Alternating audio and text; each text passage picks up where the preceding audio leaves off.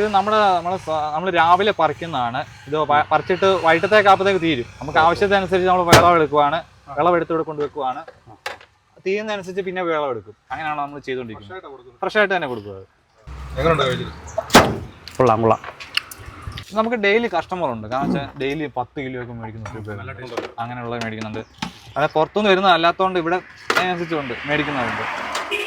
തണ്ണിമത്തൻ കൃഷി പെട്ടെന്ന് ചാടിയൊക്കെ ചെയ്യേണ്ട കൃഷിയല്ല. നമ്മൾ പഠിച്ചെടുക്കണം കുറെ കാര്യങ്ങൾ. അപ്പൊ അതിനുവേണ്ടി കുറെ ചെയ്ത് നോക്കി പഠിച്ചു വന്നതാണ്.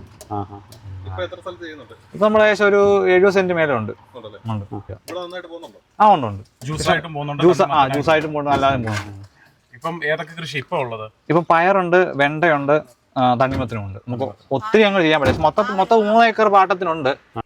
അത് ആദ്യം നമ്മൾ ഏകദേശം ഒരു 10-700 എടുത്ത് വിത്ത് മേടിച്ച് തടം എടുത്ത് ഉണ്ടാക്കി നട്ടിട്ട് ഇത്യാവശ്യം ചെറിയൊരു കായാണ് കിട്ടിയത്. ഇത് മെയിൻ പ്രശ്നം എന്ന് പറഞ്ഞാൽ യൂട്യൂബ് നോക്കി കൃഷി ചെയ്താണ് പറ്റിപ്പോയത്. നമ്മൾ മെയിനായിട്ട് കർഷകരിൽ നിന്നുള്ള അറിവ് സമ്പാദിക്കുക, നമ്മുടെ എക്സ്പീരിയൻസ് കിട്ടുക, അങ്ങനെയാണ് കൃഷി ചെയ്താലേ നമുക്ക് ഇതൊക്കെ ഉണ്ടാക്കാൻ പറ്റുള്ളൂ. നമ്മുടെ കൃഷിയിലേക്ക് വന്നിട്ട് ഏകദേശം ഒരു 3 വർഷത്തോളമായി കൃഷി തന്നെ നോക്കാനായിട്ട്.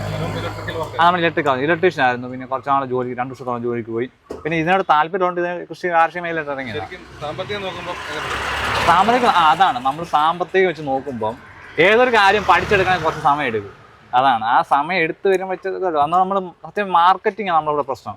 കൃഷി എളുപ്പം, പക്ഷെ മാർക്കറ്റിംഗ് ഒട്ടും ശരിയാകുന്നില്ല. അതുകൊണ്ടാണ് നമ്മൾ തട്ടുണ്ടാക്കി. ഇനി നമ്മൾ ആവശ്യമനുസരിച്ച് പച്ചക്കറി ഉണ്ടാക്കി എടുക്കാൻ നോക്കും. അതാണ് വേണ്ടത്. മെയിൻ റോഡ് കാണുന്നുണ്ട്. പിന്നെ കുറെ കസ്റ്റമേഴ്സ് ഉണ്ട്. നമ്മൾ അതാണ് നോക്കുന്നത്.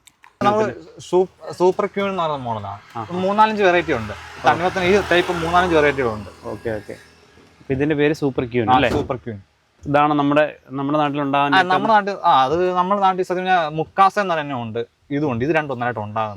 ഒരു ഇളം പച്ച കളറിൽ അത് നമ്മള് മഞ്ഞ തണ്ണിമത്തനുണ്ട്. അത് തീർന്നു കേട്ടോ. മഞ്ഞ തണ്ണിമത്തൻ നമ്മൾ കുറച്ചേ ചെയ്തുള്ളായിരുന്നു. ഓവറായിട്ട് നമ്മൾ ചെയ്തില്ല. കാരണം ഒരു മാർക്കറ്റ് നമുക്ക് ഇവിടെ ഇല്ല മഞ്ഞക്ക്. പന്നിശല്യം സത്യം പറഞ്ഞാൽ ഇവിടെ പന്നിശല്യം കൂടുതലാണ്. മല്ലപ്പള്ളി പഞ്ചായത്ത് എന്ന് പറഞ്ഞാൽ എല്ലാ പഞ്ചായത്തും എല്ലാത്തിലും ഉണ്ട്. പന്നി കുറഞ്ഞെന്ന് കേൾക്കുന്നു.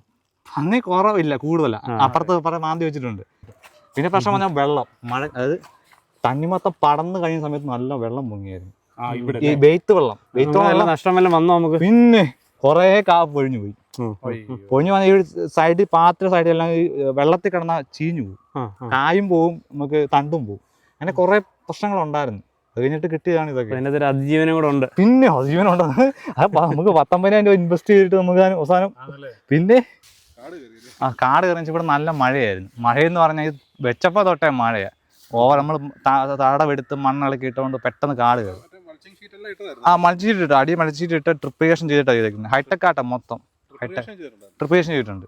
ശരാശരി എത്ര കിലോ വരും ഇത്? നമുക്കൊരു 6 കിലോ വരെ വന്നിട്ടുണ്ട്. ഇതൊരു 4 കിലോ മേലുണ്ട്. 4 കിലോ മേലെ കാണും. ഇതൊക്കെ നമുക്ക് ഇതൊക്കെ മധുരമുള്ള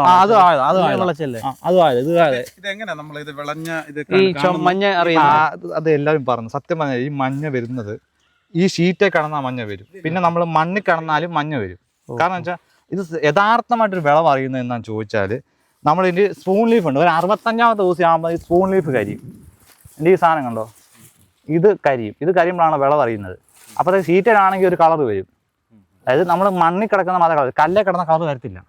ഇല്ല, അത് നോക്കി മേടിക്കും. പക്ഷെ ഇതിനിപ്പോ കളർ വന്നിട്ടില്ലല്ലോ. അത് കല്ലേ കിടന്ന. പക്ഷെ ഇതപ്പോ നമ്മൾ വിളഞ്ഞെന്ന് എങ്ങനെ അറിയും? അത് 65 ദിവസം 7 ദിവസം ആറായ സാധനം. അപ്പം വിളവായതാ.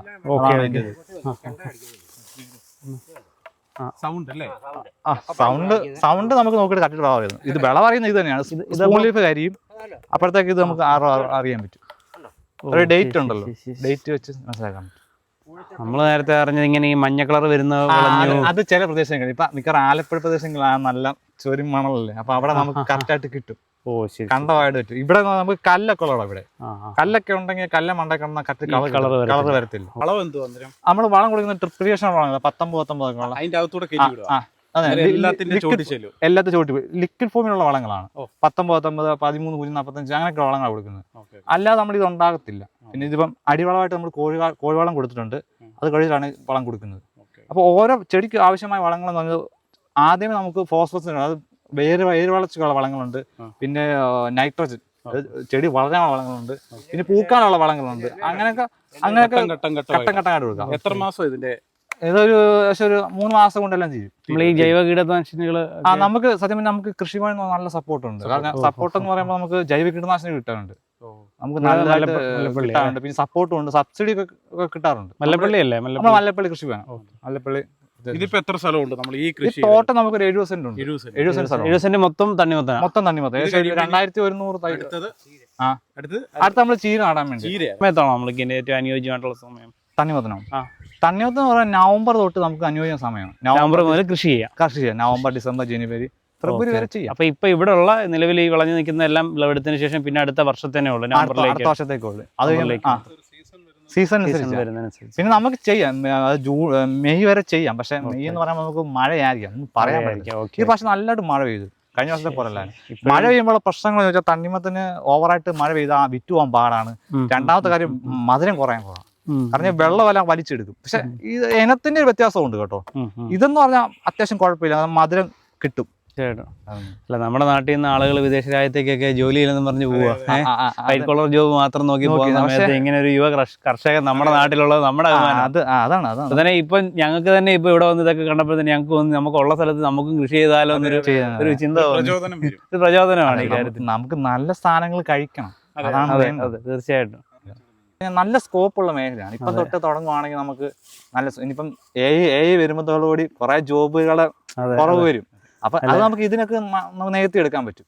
അങ്ങനെ നമ്മള് തമിഴ്നാടിനെയൊക്കെ നോക്കി ഈ സാധനം ഇരുന്നപ്പോ നെയ്തേലിപ്പടിയിൽ ഇത് ഉണ്ടാവുമെന്ന് തെളിയിച്ച് കാണിച്ചേക്കും. അതാണ് അതായത് അത് തന്നെ. അപ്പൊ നമുക്ക് കൃഷി എന്ന് പറയുന്നത് നല്ലൊരു മേഖല തന്നെയാണ്. അത് പഠിച്ച് നമ്മൾ വരും തോറും നമുക്ക് മനസ്സിലാക്കാൻ പറ്റും. ചാടി കയറി വന്നൊരു കൃഷി ചെയ്യാൻ പോയാൽ നഷ്ടമായിരിക്കും. എല്ലാ മേഖലയും നമ്മൾ പഠിച്ച് അറിവ് നേടി സമ്പാദിച്ച് കർഷകന്റെ അടുത്ത് പോയി പഠിക്കുക, ബാക്കി നമ്മൾ ചെയ്തെടുക്കുക. അങ്ങനെ ഒരു സോഷ്യൽ മീഡിയയിലും അങ്ങനെ എല്ലാം തപ്പി സോഷ്യൽ മീഡിയ തപ്പി നമുക്ക് കുറച്ച് അറിവ് കിട്ടത്തുള്ളൂ. ആ അറിവ് വെച്ചുകൊണ്ട് കൃഷി ഇറങ്ങിക്കഴിഞ്ഞാൽ ഫെയിലിയർ ആയിട്ടില്ല. നമുക്ക് കർഷകന്റെ അടുത്ത് പോയി പഠിക്കുക, ബാക്കി സോഷ്യൽ മീഡിയ നോക്കാം.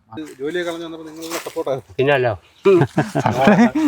ലോണൊക്കെ എടുത്ത് പാട്ട സ്ഥലം എടുത്ത് അച്ഛനും പൂർണ്ണ സമയം ഇവിടെ കൂടെ കൃഷി അമ്മയുണ്ട്. പിന്നെ നമ്മളെ സഹായിക്കാൻ നമുക്ക് 25 വയസ്സ്. 25 അപ്പം ഇറങ്ങിയ 22ാമത്തെ വയസ്സിൽ 22ാമത്തെ ദിവസം നമ്മള് ചെറുപ്പം തൊട്ടേ കൃഷി തുടങ്ങി താല്പര്യമുണ്ട്. ട്രെയിനിങ് മസ്റ്റായിട്ടും എല്ലാ കൃഷിഭവനിലെ എല്ലാ ട്രെയിനിങ്ങും എന്നെ വിളിക്കും. ഞാൻ ആ സ്പോട്ടിൽ വെച്ച് തന്നെ പോകും. കാരണം നമുക്ക് നോളജാണ് വേണ്ടത്. ഒരു കർഷകന് ഏറ്റവും വേണ്ടത് നോളജാണ്, അല്ലാതെ മണ്ണിൽ കിടന്ന് പണിയെടുത്ത അറിവുകൊണ്ടല്ല വേണ്ടത്, നോളജിനാണ് ആവശ്യം. അത് കാണാൻ വേണ്ടി നമ്മൾ പോകും. കഴിഞ്ഞ ഒരു വാഴക്കൃഷി ക്ലാസ് ഉണ്ടായിരുന്നു, പെർഫെക്റ്റ് ക്ലാസ് ആയിരുന്നു. അത് എക്സ്പീരിയൻസ് ഉള്ള കറക്റ്റായിട്ട് പറഞ്ഞു വാഴയെ പറ്റി. നമ്മുടെ നാട്ടിൽ വാഴക്കൃഷി ചെയ്യുന്ന പറഞ്ഞാൽ നമ്മൾ ഓൾറെഡി ഒരു 1000-1500 കൂടി വാഴ ഇങ്ങോട്ട് വെക്കും. അങ്ങനെ വെച്ചിട്ട് ഇത് ഓൾറെഡി ഇതെല്ലാം കൂടെ കൊലച്ച് കഴിഞ്ഞാൽ പിന്നെ വിൽക്കാനുള്ള പാട് വരും. നമ്മൾ മിനിമം ഒരു 50 സെന്റോ 25 സെന്റായിട്ട് കുറച്ച് ഓരോ ടൈമിനായിട്ട് വാഴക്കൃഷി ചെയ്യുവാണെങ്കിൽ അതിൻ്റെ ഇടവേളയായിട്ട് കുറെ പച്ചക്കറിയും ചെയ്യുവാണെങ്കിൽ ചീര നടാൻ പറ്റും, അല്ലാതെ നടാൻ പറ്റും. അങ്ങനെയൊക്കെ ചെയ്യുവാണെങ്കിൽ നമുക്കൊരു വരുമാന മാർഗ്ഗമൊക്കെ എടുക്കാൻ പറ്റും. ഞാൻ ഓൾറെഡി തള്ളു വരും. മറ്റേ 100 കിലോ 3 കിലോ 100 4 കിലോ 100 ഒക്കെ വരുന്നുണ്ടല്ലോ. അപ്പം അതുപോലെ നമുക്ക് മാറ്റിയെടുക്കണം. ഇങ്ങനെയൊക്കെ എടുത്തുള്ളൂ. ഇവിടെ തന്നെ JCB ഉപയോഗിച്ചാണ് ഞാൻ അത് കിളച്ചെടുത്തത്. അത്ര ഏരിയ കളയ്ക്കാൻ വേണ്ടി ശേഷം ഒരു JCB വിളിച്ച് ട്രാക്ടറും വിളിച്ചു. JCB വിളിച്ച് എല്ലാം ഇതാക്കിയിട്ട് ട്രാക്ടറും കൊണ്ട് ഉഴുത് മറിച്ചു. അത് കഴിഞ്ഞിട്ട് നമുക്ക് വാനം എടുക്കേണ്ട വഴിയുണ്ട്.